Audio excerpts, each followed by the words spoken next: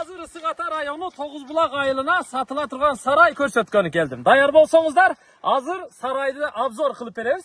Мына ушул сарай. Көрүп турасыздар, узундугу узун 100 метр, ал эми туурасы 15 метр. Сайыз убагында курулган сарай экен. Өтө сонун курулуптур, болгондо дагы кирпичтен 2 кирпич дуалынын калыңдыгы. Жер аянты дагы кенен, жайыты өтө сонун туугандар. Тогузбулак айылы ылдый жагы эме Кант шаарынын тушу жогору жагы болуп калат. Адырдын ортосу Коктуда экен. Биз азыр Тогузбулак айылынын центринен 4 километр жүрүп ушул сарайга келип калдык. Мына караңыздар, бул жакта мына тоолор көрүнүп турат. Тогузбулак айылы адыр астында 4 километр жогору чыкканда. Бул жагы сиздер Алматинка проспектиси менен Бишкек шаарынан жогору чыгып, Койташтан Кант тарапка буруласыздар. Андан кийин Бирлик, Норуз, дагы башка айылдар болуп, 5-айыл бул жакта Тогузбулак айылы. Айылдын центринен 4 километр ылдый түшүп келсеңиздер, ушул Коктуда жалаң сарайлар экен. Алардын эң жакшысы ушул биз көрсөтүп жаткан сарай. Бул жерде мындай туугандар. Сарайдын алдында Кызыл китеп боюнча 14 сотук жер аянтында жайгашкан, мына жап-жасыл болуп турат. Сарайдын ээси да мынантип сууну айландырып чачып турат экен. Бул жерде жашыл кылып карайт экен да. Үй бар экен бул жакта, 3-4 бөлмөлүү. Нарагында складдары бар экен. Бул жагында баня, очокканалары бар экен. Калган эми мына бактарак, чоң дарактар турат. Чек арасы жогорку дарактарга чейин, жогору жагы. Бул жагы болсо мына орто жайды дагы сеткалап тосмолоп коюптур, кошунанын жаңгагына, контейнерине чейин барып такалат экен да. Жол бул жакта. Жолдон бурулуп эле бери келет экенбиз. Мына ушул сайдын ортосу менен ылдыйга түшкөн жол бар экен. Бирок ал жол жаманыраак жол экен да. Лучше бул жагы асфальт менен түп-түз ошо Койташтан бери бурулуп келсе болот экен. Канча аралыкта Бишкектен бул жерге келет деген суроого жооп айтайын. Аламүдүн базарынан ушул жерге чейин туугандар 40-45 мүнөттө келсе болот экен. Тагыраагы километри 40 километр. Бул жерге чейин болсо 44 километр болуп калат да. Түшүндүңүздөр, Өтө сонун, мына кой жандыгына, жылкы жандыгына өтө сонун жер экен да. Бул жерде азыр жалпысынан $130,000 кеми бар деп атат. Түшүп берет экен, документтер баары так экен. Азыр мага WhatsApp'тан бүт ошо сүрөттөрүндү көрсөттү. Балким тиркеп коебуз, сүйлөшүп көрөсүздөр. Жүрүңүздөр, сарайды обзор кылып берейин. Мына сарайдын кире бериши бул жагы туугандар, мына бышы кирпич менен дуалынын калыңдыгы 2 кирпич да. Алдында бул жакта навестин асты отункана, кыткана. Сарайдын жогорку чоң дарбазасы, эшиги менен. Ушул жерден киребиз.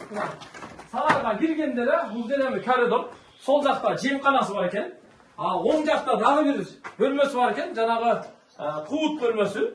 Андан кийин ортодо дагы бир коридор, чөп жийип коюптур. Бул жагында дагы бир бөлмөсү бар экен. Бул жакка жанагы тууткана экен. Койлор үчүн, уйлар үчүн дегендей. Андан кийин бери өтөбүз, мына сарайдын ортоңку бөлүгү. Ортоңку бөлүгүнүн бул жагында да эшиги бар. Ушул эшик аркылуу кирсе да болот. Анан мына караңыздар, узун сарай бар.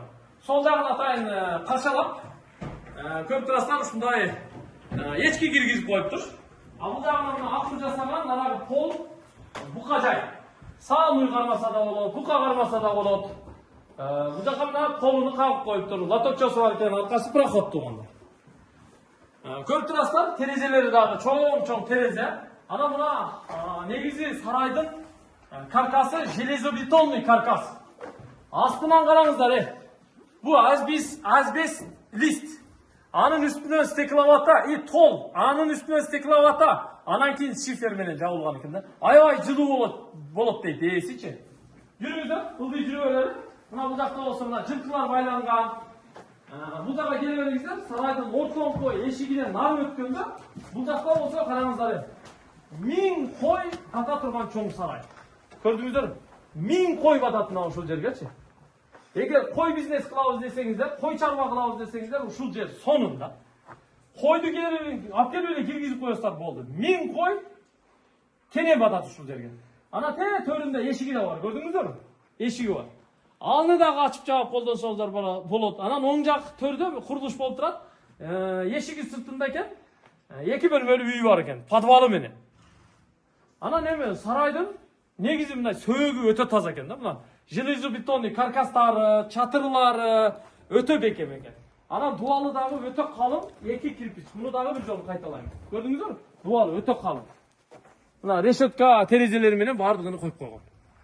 Сонун экен туугандар. Бул жерге мен балким бая акыруу жасап туруп бука кармасаңыздар да болот. Мисалы мына катарга бука, наркы катарга дагы бука, ошентип бука кармаса деле болчу да экен бул жерчи.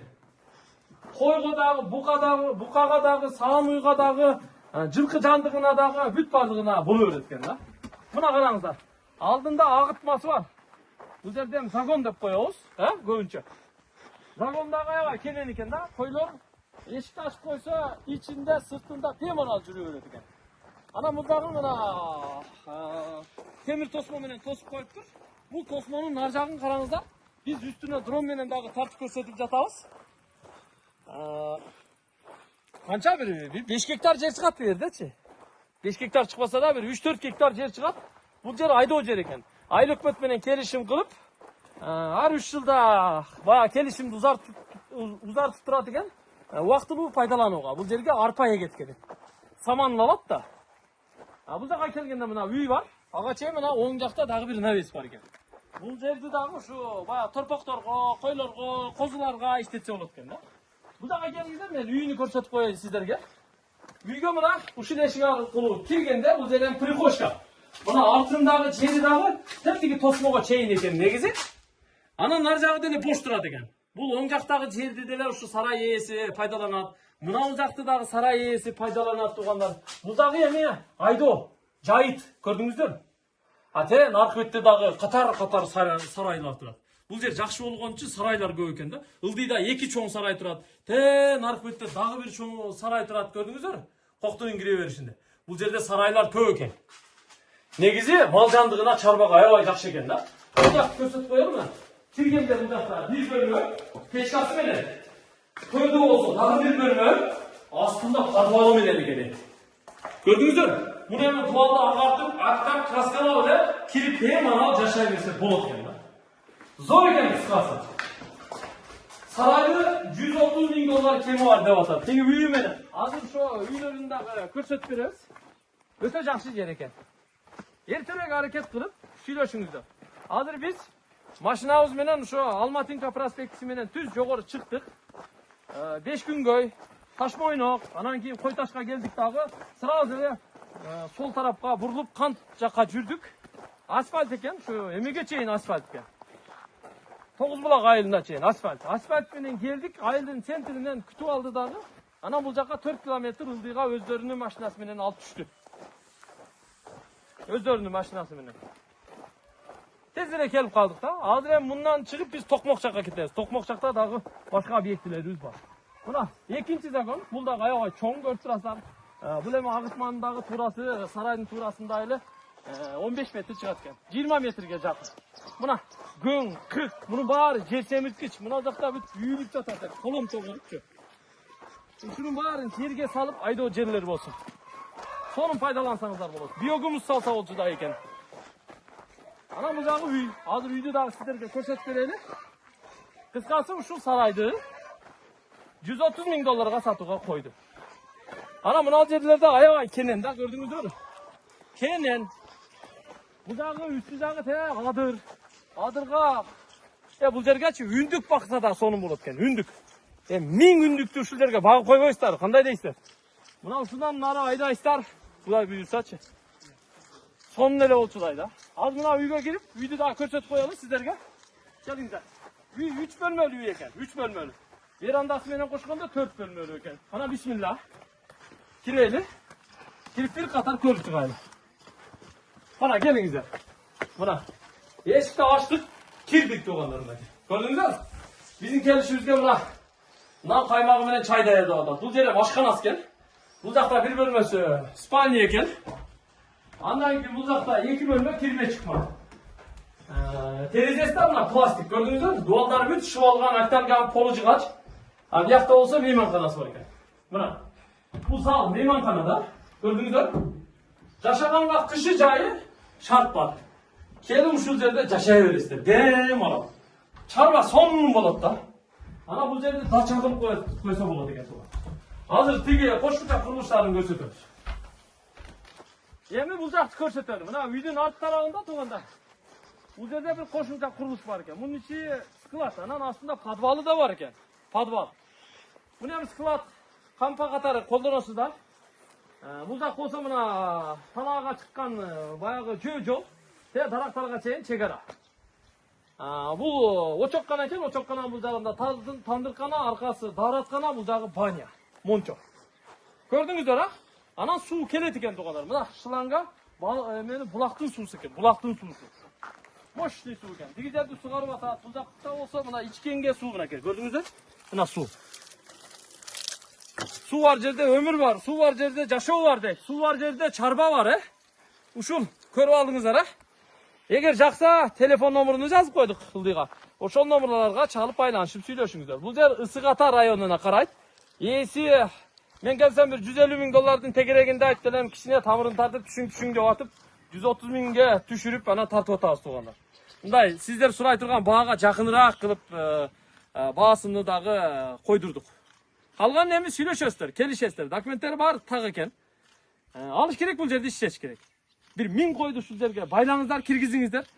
Анан бука байлаңыздар, саан уй, жылкы коюңуздар бул жерге, чабар аттарды коюп койсоңуздар болот, Анан бул жергечи үндүк тагыш керек экен да. Үндүк. Өтө сонун болчу да. Чарбаны башыңыздарга кийип аласыздар буюрса. Барыңыздарга ийгилик каалайбыз. Алла таалам чарбаңыздарга, ишиңиздерге, өмүрүңүздөргө, максат ниетиңиздерге береке берген болсун. Ушул жерде алган адам эч качан өкүнбөй, ушул жерден жалаң пайдаларды тапсын. Жакшы бир жашоо кечирсин ушул жерде. Дача катары пайдаланып, бул жерди гүлдүрөтүп, дагы кошумча сарайларды салып, ушул жерде малкал карап жетишпей калсын. Ушундай тилек ниет кылам. Бар болуңуздар.